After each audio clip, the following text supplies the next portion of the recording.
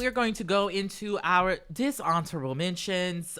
These are the stories of people that caught our attention this week that deserve a call out either for their good or their foolishness. Jarrett, take it away. Yes, I want to give a shout out to a friend of mine who's having a birthday. His name is Jason Johnson. You might know him from MSNBC. And I just got to see him yesterday after a long time of not seeing him. So I just wanted to shout him out because we haven't talked in a long time, and I'm really happy for him. And he's doing really well over at MSNBC. You see him filling in on various different shows over there, oftentimes on Joy Reid or Chris Hayes. So shout out to Jason. I want to give a shout out to a new show on Hulu from the new Onyx collective of, Black content that's coming onto Hulu. It's called Unprisoned. It stars Kerry Washington and Marquis Richardson and Delroy Lindo. It comes from Yvette Lee Bowser, who we all always reference as the creator of Living Single and many other shows then thereafter. Run the World being another one as well.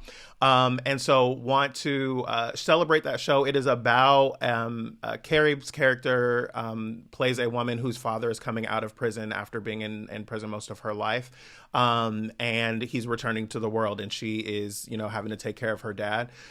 This story resonates with me personally because I've done a documentary very similar to this called The Ride Home with my friend Tiffany, documenting her own story of a very similar kind of thing. So it was resonant in that way, but it's also funny and interesting. It has a therapy kind of perspective as she plays a therapist and influencer. It's really, really great. Go check it out. Shout out to Marquis Richardson, who you'll know from Dear White People. And actually, you've seen Marquis in a lot of different things. Marquis is also going to be in Historically Black Phrases, available September 12th. And that's it for me. My two honorable mentions this week. First and foremost, I kind of gave Rihanna a little bit of shit at the when she performed at the what that thing called, the Super Bowl football party, that one. And you said it right. She performed again. She performed at the Oscars this past weekend, and you know what? I loved it. It was amazing. It was wonderful. Listen, so I love some flat-footed singing. Just stand there in the middle and sing to me. Let the set do what the set is doing around you. And when I tell you it was giving cinematic grandeur, I said, oh, yes, honey. I said, y'all better give her that award. I mean, she did not get the award. I was going to say, but it was beautiful. It was giving cinema in the best of ways. I think similar to what happened to the Beyonce song from King Richard that we talked about. I wonder if seeing that live performance of Lift Me Up, if that will change things for people. But it just was wonderful, so I wanted to mention that. And then lastly, I wanted to give a shout out to this article that I think you all should read. It's this long-form piece titled 17 Leading Broadcasters on Barbara Walters' Legacy. It's from The Cut.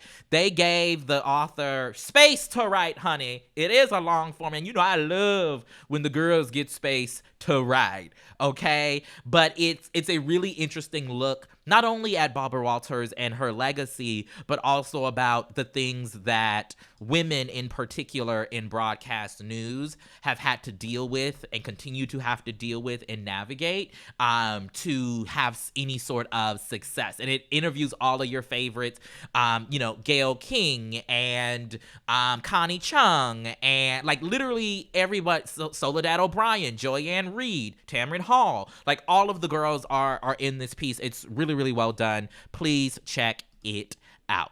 I also want to give a quick honorable mention to Tony Evans Jr. He has a new EP called Starless. He is a black man who is a country music artist. And I'm not really a big country music fan, to be honest.